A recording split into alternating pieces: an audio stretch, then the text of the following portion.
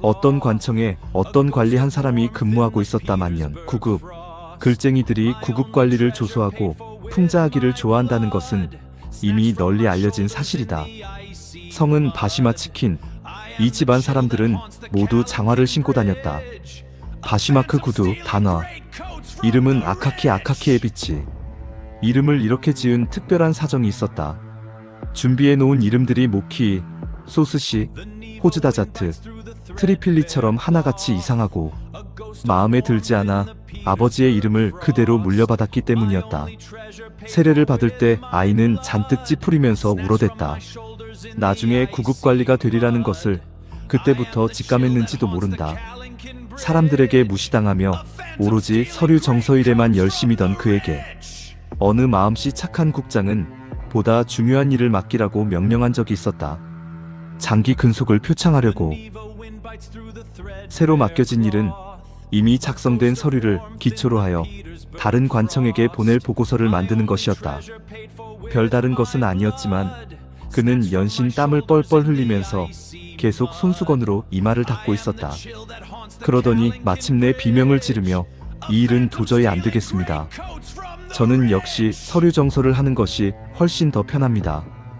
그에게는 정서하는 일 외에는 이 세상에 아무것도 존재하지 않는 것처럼 보였다. 낡아 빠진 외투 상태를 파악한 아카키는 외투를 재봉사농로 신분에서 해방인 그리고리 페트로비치에게 가져가야겠다고 생각했다. 안 되겠는데요. 이건 고칠 수가 없습니다. 외투가 너무 낡았어요. 아니, 도대체 왜 안 된다는 건가요? 페트로비치? 워낙 낡아서 방법이 없으니 외투를 새로 하나 장만하셔야 할 겁니다. 무슨 수로? 150루블은 있어야 할 거고 추가 비용도 좀 들어가지요. 150루블이라고? 아카키가 소리쳤다. 태어난 후 가장 큰 목소리였는지도 모른다. 외투를 새로 만드는 일은 예상했던 것보다 더 빠르게 진행됐다. 국장이 상여금을 40루블이 아닌 무려 60루블을 주었기 때문이다. 두세 달 정도 지난 후 드디어 80루블의 돈을 손에 쥘 수 있었다. 아카키의 심장은 거세게 뛰었다. 그날 바로 페트로비치와 함께 옷감을 사러 나갔다. 구멍 숭숭 뚫린 낡은 외투로 연명하던 아카키가 새로 만든 멋진 외투를 입고 출근한 날 회사에서 난리가 났다. 마침 계장이 오늘 자기 이름이 생긴 날축일이기도 하고 이제서야 비로소 동료로 보여지는 아카키를 축하해주기도 할 겸해서 직원들을 파티에 초대했다. 사실은 자기 위세 과시용. 계장의 저녁 초대를 받은 아카키는 샴페인 2잔과 음식들을 즐기고 시간이 너무 늦은 것을 12시가 너무 말고서 주인이 말릴까봐 몰래 집을 빠져나왔다. 캄캄한 거리를 지나고 광장을 거의 다 지나려고 할 때 눈앞에 수염을 기른 사내들이 버티고 있는 것을 발견했다.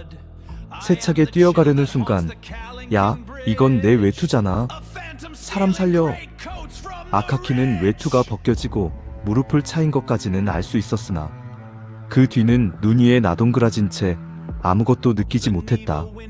몇 분이 지나 정신을 차린 아카키는 경찰 초소로 달려갔다. 아침 일찍부터 몇 번의 방문 끝에 서장을 만나 신고를 하고 물러나와 처음으로 직장에 출근하지 않은 채 집에 있었다. 낡아 빠진 외투를 입고 다음날 출근을 했다. 동료들이 모금을 하여 도와주었으나 얼마 되지 않았다. 동료 중 한 사람은 외투를 다시 찾아낸다 하더라도 자기 것이라는 증거를 내놓지 않으면 결국 외투는 경찰서에서 보관하게 된다는 이야기였다. 즉, 유력 인사의 도움이 있어야 할 것이라고 했다. 아카키는 갓 장관이 된 완장차고 어깨에 힘이 잔뜩 들어간 유력 인사를 찾아가기로 마음먹었다. 우리의 신성한 나라 러시아는 모든 것이 대부분 모방하기로 이루어진다. 유력 인사를 만나고 온 이튿날 아카키는 고열에 시달렸고 진맥을 하러 온 의사는 오늘 내일 안으로 죽을 거라고 했고 그날 죽었다.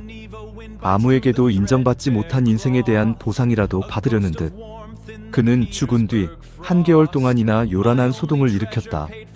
페테르부르크에는 갑자기 다음과 같은 소문이 쫙 퍼졌다. 즉 칼린킨 다리와 그 근처 여기저기서 관리, 옷차림을 한 유령이 매일 밤 나타나 자기가 외투를 도둑맞았다고 소리친다는 것이었다. 그리고 그 유령은 관등, 신분을 가리지 않고 지나가는 사람의 외투를 자기 것이라고 우기면서 빼앗아간다는 것이었다. 양심의 가책을 느끼고 있던 유력 인사는 어느 날 친구가 연파티에 참석하게 되어 샴페인을 마시고 과감해진 그는 애인의 집으로 들르기로 했다. 카롤리나 이바노브나에게 가자. 마차에서 누군가 뒤에서 자기의 외투, 깃을 무서운 힘으로 움켜잡는 것을 느꼈다. 아카키라는 것을 알아차리고 가슴이 덜컥 내려앉았다. 그는 허겁지겁 자기 손으로 외투를 벗어 던지고 마부에게 큰 소리로 명령했다. 지금 당장 집으로 가자. 어서 달려. 그날 밤 이후 그 관리 옷차림을 한 유령은 2번 다시 나타나지 않았다. 본 영상은 AI 자막 생성 영상이 아닙니다. 시청해주셔서 감사합니다.